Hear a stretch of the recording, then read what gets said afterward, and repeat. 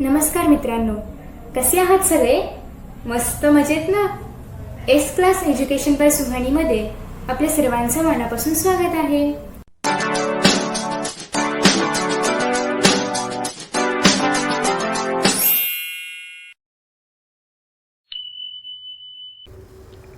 Hello friends, आज आपण पाहतोय 9th standard science lesson number 2 work and energy. Work and energy या लेसनचा हा सेकंड पार्ट आहे. याआधी ऑलरेडी मी फर्स्ट पार्ट अपलोड केलेला आहे, ज्यामध्ये आपण वर्कबद्दल सगळ्या गोष्टी पाहिल्या होत्या. झिरो वर्क काय असतं, निगेटिव्ह पॉझिटिव्ह वर्क डन काय असतं, हे सगळं काही आपण पाहिलं होतं. आणि आज आपण स्टार्ट करणार आहोत एनर्जी टॉपिकला. So what is energy? Energy म्हणजे काय, तर ते पाहण्याआधी आपल्याला काही 2-3 एक्झाम्पल्स आहेत, ते आपण आधी पाहूया. मग आपल्याला एनर्जी म्हणजे काय नक्की समजेल. So if a pot having a plant is kept in the dark the plant languishes. म्हणजे काय, जर एखादं पॉट आहे त्यामध्ये एखादं प्लांट आहे कोणतं पण, ते जर आपण डार्कमध्ये म्हणजे सावलीमध्ये ठेवलं, सावलीमध्ये म्हणजेच कुठल्या तरी अंधाऱ्या खोलीमध्ये ठेवलं, तर ते प्लांट ग्रो होईल का? नाही ग्रो होणार. का नाही ग्रो होणार? कारण प्लांटला ग्रो होण्यासाठी आवश्यकता असते फूडची. प्लांट स्वतःचं फूड स्वतः तयार करतं. कशाच्या मदतीने? फोटोसिंथेसिसच्या मदतीने. आणि फोटोसिंथेसिस कधी होईल? जेव्हा प्लांटला सनलाईट मिळेल, क्लोरोप्लास्टला सनलाईट मिळेल आणि जे कार्बन डायऑक्साईड घेईल आणि ऑक्सिजन देईल, अशी जी काही प्रोसेस सुरू होते, तर तेव्हा फोटोसिंथेसिस होणार आहे आणि प्लांटला फूड मिळणार आहे. बट जर हे सगळं डार्कमध्ये चालू असेल, तर त्या ठिकाणी सनलाईट नसणार आहे मेन गोष्ट, आणि त्याच्यामुळे फोटोसिंथेसिस व्यवस्थित होणार नाही आणि ते प्लांट तुम्हाला असं एकदम ताजंतवानं दिसणार नाही. Okay. Or increasing the volume of a music system or TV beyond a limit, the vessels in the house start vibrating. जर तुम्ही टी व्हीचं वॉल्यूम किंवा कसलं पण म्युझिक सिस्टीमचं वॉल्यूम खूप इन्क्रीज केलं, एकदम हाय लेवलवरती ठेवलं, ते घरामधले जे पण वेसल्स वगैरे असतात तर ते व्हायब्रेट होतात किंवा काही बऱ्याचशा गोष्टी घरामधल्या व्हायब्रेट होतात. मग असं का होतं? तर खूप मोठ्या अमाऊंटमध्ये एनर्जी प्रोड्यूस होते त्या ठिकाणी, जी ती एक्स्ट्रा एनर्जी जी की त्या लिमिटपर्यंत नसते, लिमिटच्या बियॉन्ड असते. So collecting sunlight on a paper with the help of a convex lens Burns the paper. तुम्ही उद्योग केले असतील किंवा उबंटू पिक्चर जर तुम्ही पाहिलं असेल, त्यामध्ये पण हे स्टार्टिंगला आहे काहीतरी. सो तुम्ही कॉन्वेक्स लेन्स जर घेतली आणि कॉन्वेक्स लेन्स जर सनलाईटच्या खाली ठेवली आणि त्याच्या खाली जर पेपर ठेवला कॉन्वेक्स लेन्सच्या खाली, तर त्या ठिकाणी तो पेपर जो आहे तर तो एका पर्टिक्युलर पॉईंटवरून जळायला स्टार्ट होतो. तो का जळतो? तर त्या ठिकाणी सनची जी लाईट एनर्जी आहे, तर ती लाईट एनर्जी कन्वर्ट होते हीट एनर्जीमध्ये. जसं की तुम्हाला law of conservation of energy माहिती आहे की एनर्जी कधीही डिस्ट्रॉय होत नाही आणि त्याचबरोबर एनर्जी आपण क्रिएटही करू शकत नाही. एनर्जी फक्त एका फॉर्ममधून दुसऱ्या फॉर्ममध्ये ट्रान्सफर होते. सो या ठिकाणी जी पण लाईट एनर्जी आहे, सनची जी लाईट एनर्जी आहे, it gets converted into the heat energy आणि दॅट्स वाय तो पेपर बर्न होतो. आफ्टर दॅट नेक्स्ट आता आपण पाहतोय की the capacity of a body to perform work is called energy. म्हणजे कोणत्याही ऑब्जेक्टचं, कोणत्याही बॉडीची कॅपॅसिटी, काम करण्याची जी काही कॅपॅसिटी असते, त्याला आपण म्हणणार आहोत एनर्जी. जसं की या ठिकाणी काय होते की फोटोसिंथेसिस करण्याचं काम होतं, त्यासाठी काय लागणार आहे? एनर्जी. ग्रोथ करण्याचं काम होते, काय लागणार आहे? एनर्जी. त्याच्यानंतर या ठिकाणी आपल्याला पेपर बर्न करायचं, पेपर बर्न करण्यासाठीचं जे काम आहे त्यासाठी काय लागणार आहे? एनर्जी. सो कोणतंही काम परफॉर्म करण्यासाठी जे पण एनर्जी, ते काम परफॉर्म करण्यासाठी जी पण कॅपॅसिटी असते, त्या कॅपॅसिटीला आपण म्हणणार आहोत energy. So the units of work and energy are the same. वर्कचं आणि एनर्जीचं युनिट सेम आहे. आपण पाहिलं होतं वर्कचं SI युनिट आहे जूल आणि CGS युनिट आहे अर्ग, आणि त्याचबरोबर एनर्जीचं देखील SI युनिट आहे जूल आणि CGS युनिट आहे, CGS सिस्टीममधलं युनिट आहे अर्ग. ओके.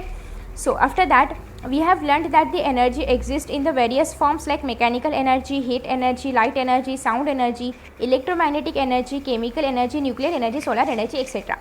सो अशा बऱ्याचशा प्रकारच्या एनर्जी असतात आणि in this chapter we are going to study 2 forms of mechanical energy and those are potential energy and kinetic energy.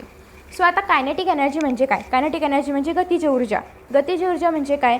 जेव्हा एखादा मूव्हिंग ऑब्जेक्ट असतो, एखादा फिरणारा ऑब्जेक्ट असतो आणि त्या फिरणाऱ्या ऑब्जेक्टमध्ये जी पण एनर्जी असते, त्या मोशनमध्ये जी एनर्जी असते, त्याला आपण म्हणतो कायनेटिक एनर्जी. मग पोटेन्शियल एनर्जी म्हणजे काय? याच्या अपोजिट करा. एखाद्या फिरणाऱ्या ऑब्जेक्टमध्ये जी एनर्जी असते त्याला आपण जर कायनेटिक एनर्जी म्हणतो, तर एखाद्या स्टॉप ऑब्जेक्टमध्ये, स्टेशनरी ऑब्जेक्टमध्ये, रेस्टवरती असणाऱ्या ऑब्जेक्टमध्ये जी एनर्जी असते त्याला आपण पोटेन्शियल एनर्जी म्हणणार. So the energy in the stationary object is called as, किंवा the energy stored in the stationary object is called as potential energy. Okay. So kinetic energy म्हणजे काय ते आपण पाहूया. What will happen in the following cases? A fast ball strikes the stumps. एखादा fast ball आहे, cricket पाहत असाल ना, सो एखादा फास्ट बॉल मारलेला आहे आणि तो बॉल त्या स्टंपवरती स्ट्राईक होतोय. सो स्टंप हलतं, बघितलं असेल कधीतरी. मग या ठिकाणी काय होते? बॉलमधली जी कायनेटिक एनर्जी आहे it transforms into the stump आणि म्हणून ते स्टंपमध्ये पण कायनेटिक एनर्जी प्रोड्यूस होते. So after that the striker hits a coin on the carrom board. Carrom बोर्डवरती जेव्हा आपण स्ट्रायकरला हिट करतो तर ते स्ट्रायकर जाऊन तिथे जे पण कॉईन्स आहेत त्या कॉईन्सला हिट करतात, मग ते कॉईन जातं आणि मग ते गोलमध्ये जातं. म्हणजे याचा अर्थ काय की जी पण कायनेटिक एनर्जी आपण स्ट्रायकरला दिली होती तर स्ट्रायकरने ती कायनेटिक एनर्जी ट्रान्सफॉर्म केली कॉईनमध्ये. आफ्टर दॅट नेक्स्ट आहे वन मार्बल स्ट्राईक्स अनादर in a game of marbles. गोट्या पाहिल्या असतील, गोट्या खेळत असताना आपण एका गोटीला कायनेटिक एनर्जी देतो आणि ती गोटी बाकीच्या गोट्यांमध्ये ती कायनेटिक एनर्जी ट्रान्सफॉर्म करते. सो याच्यामध्ये आपल्याला काय कळते की एनर्जी ट्रान्सफॉर्म होत असते from one form to the another form, किंवा कायनेटिक एनर्जी जर असेल तर ती कायनेटिक एनर्जी स्वतःमधली कायनेटिक एनर्जी ते दुसऱ्यामध्ये पण ट्रान्सफॉर्म करतं कायनेटिक एनर्जी म्हणूनच. Okay, so from the above examples we understand that when a moving object strikes a stationary object the stationary object moves. म्हणजे एखादा मूव्हिंग ऑब्जेक्ट, सपोज की हा मूव्ह करणार आहे ए ऑब्जेक्ट, तो बी स्टेशनरी ऑब्जेक्ट आहे, बी शांत ऑब्जेक्ट आहे. सो ए मूव्हिंग ऑब्जेक्ट जेव्हा बी ऑब्जेक्टवर जाऊन धडकणार तेव्हा तो स्वतःमधली कायनेटिक एनर्जी इकडे सोडून येतोय. ओके, म्हणजेच तो स्वतःमधली कायनेटिक एनर्जी ट्रान्सफॉर्म करतोय. सो आफ्टर दॅट नेक्स्ट आहे thus the moving object has some energy part all of which is shared with the stationary object thereby setting in the motion. So first जो object आहे ए object जो की मोशनमध्ये आहे तो जेव्हा strike होणार बी ऑब्जेक्टवरती तर ए ऑब्जेक्टमधली जी कायनेटिक एनर्जी आहे ती बी ऑब्जेक्टमध्ये कन्वर्ट होणार. सो ही जी एनर्जी कन्वर्जन होते कशामुळे होते की ऑलरेडी एकडे काहीतरी एनर्जी आहे त्याच्यामुळे ते कन्वर्ट होते. सो ही जी एनर्जी आहे त्याला आपण म्हणणार आहोत kinetic energy. So the energy which an object has become of its the energy which an object has because एक अशी एनर्जी की त्या ऑब्जेक्टमध्ये आहे कशामुळे, त्याच्या मोशनमुळे, बिकॉज ऑफ इट्स ऑब्जेक्ट, त्याला आपण म्हणणार आहोत कायनेटिक एनर्जी.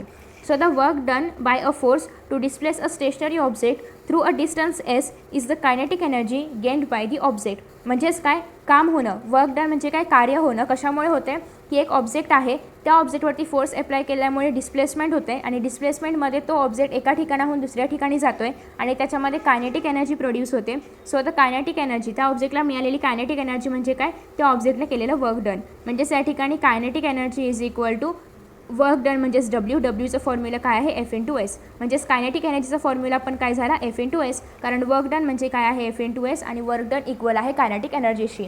सो नवीन फॉर्म्युला मिळालेला आहे की kinetic energy is equal to F into S. But याच्यापासून आपल्याला ओरिजिनल कायनेटिक एनर्जीचा फॉर्म्युला अजून डिराईव्ह करायचा आहे. कायनेटिक एनर्जी म्हणजे काय असतं, हाफ एम व्ही स्क्वेअर. हे पाहिलं असेल ना formula. So half M V square कुठून आलं तर ते याच फॉर्म्युलापासून येणार आहे. बघूया कसं डिराईव्ह करायचं. So expression for kinetic energy. Suppose a stationary object of mass m moves because of an applied force. एक स्टेशनरी ऑब्जेक्ट आहे ज्याचा मास m आहे आणि त्याच्यावरती कुठला तरी फोर्स अप्लाय केला आहे आणि त्यामुळे तो ऑब्जेक्ट फिरतोय, म्हणजे त्या ऑब्जेक्टला मोशन मिळालेलं आहे. सो लेटस या ठिकाणी इनिशियल वेलोसिटी जे आहे यू ते आपण 0 घेऊया, कारण सुरुवातीला तर तो ऑब्जेक्ट स्टेशनरी होतं. So initial velocity will be you. So आणि जो फोर्स अप्लाय केलेला आहे तो आपण कन्सिडर करूया की तो एफ आहे.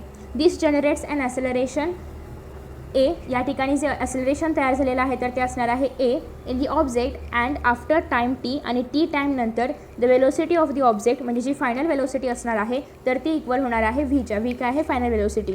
So the displacement during his time, आणि याच्यामध्ये जे पण काही डिस्प्लेसमेंट झालेलं आहे तर ते आपण स्मॉल एसने डिनोट करूया. आणि द वर्क डन काय असणार आहे या ठिकाणी, W is equal to force multiply by displacement. So हा आपला फॉर्म्युला तर आहेच. आता नेक्स्ट आहे की according to the Newton second law of motion, म्हणजे न्यूटनच्या सेकंड लॉ ऑफ मोशननुसार न्यूटनचा सेकंड लॉ ऑफ मोशन काय होता, F is equal to M into A. म्हणजेच force is directly proportional to the mass to the product of mass and the acceleration of the object. So आता या ठिकाणी F is equal to M into A. Second equation आपण पाहिलं होतं त्या second इक्वेशननुसार S is equal to, S म्हणजे काय, हाईट किंवा डिस्टन्स किंवा displacement, is equal to U T plus half A T square. हे कुठून आलं हे आपण फर्स्ट चॅप्टरमध्ये पाहिलेलं आहे. सो आता या ठिकाणी यू म्हणजे काय आहे, 0. हे आपण पहिल्यांदाच पाहिलं कारण ऑब्जेक्ट कसा आहे, स्टेशनरी आहे. सो या ठिकाणी यूच्या ऐवजी आपण लिहूया 0. आता जर यू 0 असेल तर ऑब्वियसली टी पण 0 येईल, कारण 0 multiply by any number you will gate 0. So त्याच्यामुळे यू 0 असेल तर टी पण तुम्हाला 0च घ्यावं लागणार आहे. सो या ठिकाणी पूर्ण टर्म 0 झालं, म्हणजे एसचा अर्थ काय झाला, एस इज इक्वल टू काय झालं, half into A T square. Okay, so half A T square हे आपलं सेकंड इक्वेशन आणि F is equal to M A आपलं फर्स्ट इक्वेशन. आता या ठिकाणी ॲज यू नो की W is equal to what, M multiply by A. म्हणजेच या ठिकाणी आपण काय केलेलं आहे, W is equal to F into S आहे. एफच्या ऐवजी आपण पहिला जर हे वापरलं, पहिलं जर इक्वेशन वापरलं, एक minute let me erase this. हां, सो पहिलं जर आपण इक्वेशन वापरलं W is equal to F into एमध्ये, सॉरी एफ इंटू हां W is equal to F into एसमध्ये एफ म्हणजे काय असणार आहे एम इंटू ए, या फर्स्ट इक्वेशनमध्ये पाहिलं तर एम इंटू ए, आणि या ठिकाणी एस काय आहे या ठिकाणी पहा सेकंड इक्वेशनमध्ये half A T square. So हेच या ठिकाणी लिहिलेलं आहे. हे जे आहे एम ए ते आपण एफच्या ऐवजी घेतलेलं आहे, आणि हे जे आहे हाफ ए टी स्क्वेअर हे आपण एसच्या ऐवजी घेतलेलं आहे. So W is equal to what M A into half A T square. आता या ठिकाणी एमला आपण इकडे शिफ्ट केलं, 2 ए आहेत, so A T the whole square घेतलं, हे आपलं थर्ड इक्वेशन तयार झालं. आता या ठिकाणी आपण न्यूटनचा फर्स्ट इक्वेशन पाहिलेलं आहे, V is equal to U plus A T. मग आता या ठिकाणी आपण व्ही जे आहे तर व्ही फाइंड आउट करूया. व्ही कोणाची इक्वल येणार आहे ए टीच्या, का तर यू काय आहे 0 आहे, म्हणजेच या ठिकाणी V is equal to A T आलं.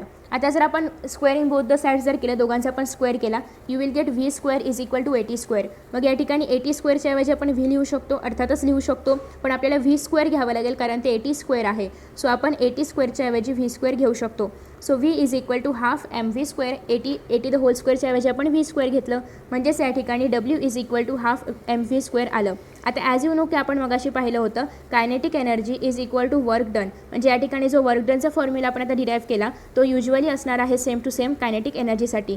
So kinetic energy is equal to half M V square, म्हणजेच या ठिकाणी आपल्याला कायनेटिक एनर्जीचा फॉर्म्युला मिळालेला आहे हाफ एम व्ही स्क्वेअर. आता हा फॉर्म्युला वापरून आपण एक एक्झाम्पल सॉल्व करूया जे की खूप इझी आहे. सो एक्झाम्पल असं आहे की a stone having a mass of 250 ग्राम. एक स्टोन आहे ज्याचा मास आहे 250 ग्राम, जे की एका उंच हाईटवरून खाली पडणार आहे. How much kinetic energy does it have at the movement when its velocity is 2 metre per second. त्याची वेलोसिटी आहे 2 मीटर पर सेकंड, त्याचं जे मास आहे तर ते दिलेलं आहे 250 gram. So we have to find out kinetic energy. Kinetic एनर्जीचा फॉर्म्युला आहे हाफ एम व्ही स्क्वेअर. एमच्या जागी आपल्याला हे पुट करायचं आहे. आता या ठिकाणी हे जे आहे मीटरमध्ये आहे आणि हे ग्राममध्ये आहे. सो आपल्याला हे कन्वर्ट करावं लागणार आहे किलोग्राममध्ये. सो या ठिकाणी हे किलोग्राममध्ये कन्वर्ट केलेलं आहे. So half into mass into velocity you will get 0.5. जे का कारण जे पण युनिट आहे वर्कचं, एनर्जीचं, कायनेटिक एनर्जीचं, it is same, that is joule. आणि जर आपण सी जी एसमध्ये पाहिलं इट इज अग. सो आता या ठिकाणी आपण घेणार आहोत जूल, कारण हे सगळं कशामध्ये आहे एस आय सिस्टीममध्ये आहे. किलोग्राम एस आयमध्ये आहे आणि या ठिकाणी मीटर एस आयमध्ये आहे, त्याच्यामुळे आपण जूल पण एस आयमधलं घेतलं आहे. जर या ठिकाणी ग्राम आहेच, पण या ठिकाणी जर सेंटीमीटर असतं देन आपण या ठिकाणी अर्ग वापरलं असतं. ओके, सो युनिट्स आपल्याला जे प्रश्नामध्ये दिलेलं आहे त्याच्यानुसार ठरवायचे आहेत. नेक्स्ट आहे the mass of a moving body is double, how many times will the kinetic energy increase. जर आपण मास डबल केलं, आता सपोज की या ठिकाणी हाफ एम व्ही स्क्वेअर आहे, जर मी या ठिकाणी लिहिताच येत नाही, 1 मिनिट ही रेस करते. हां, आता या ठिकाणी हाफ एम व्ही स्क्वेअर आहे. आता या ठिकाणी मी एम जर डबल केलं तर half into 2 into M into V square होईल. ओके, मास काय केलं मी डबल केलं. सो या ठिकाणी एम कट होईल, हाफ एम व्ही स्क्वेअर, म्हणजे या ठिकाणी काहीच चेंजेस होणार नाहीत. तर जे हे आहे कायनेटिक एनर्जी तर काय राहणार आहे ते सेम राहणार आहे. सो तुम्ही ते फॉर्म्युल्यामध्ये पुट करून बघू शकता. Okay, so in this way आपण कायनेटिक एनर्जी पाहिलेलं आहे. नेक्स्ट जे आहे potential energy we will see in the next video. So I hope की तुम्हाला हा व्हिडिओ आवडला असेल. Thank you for watching this video. See you in next video. Bye bye.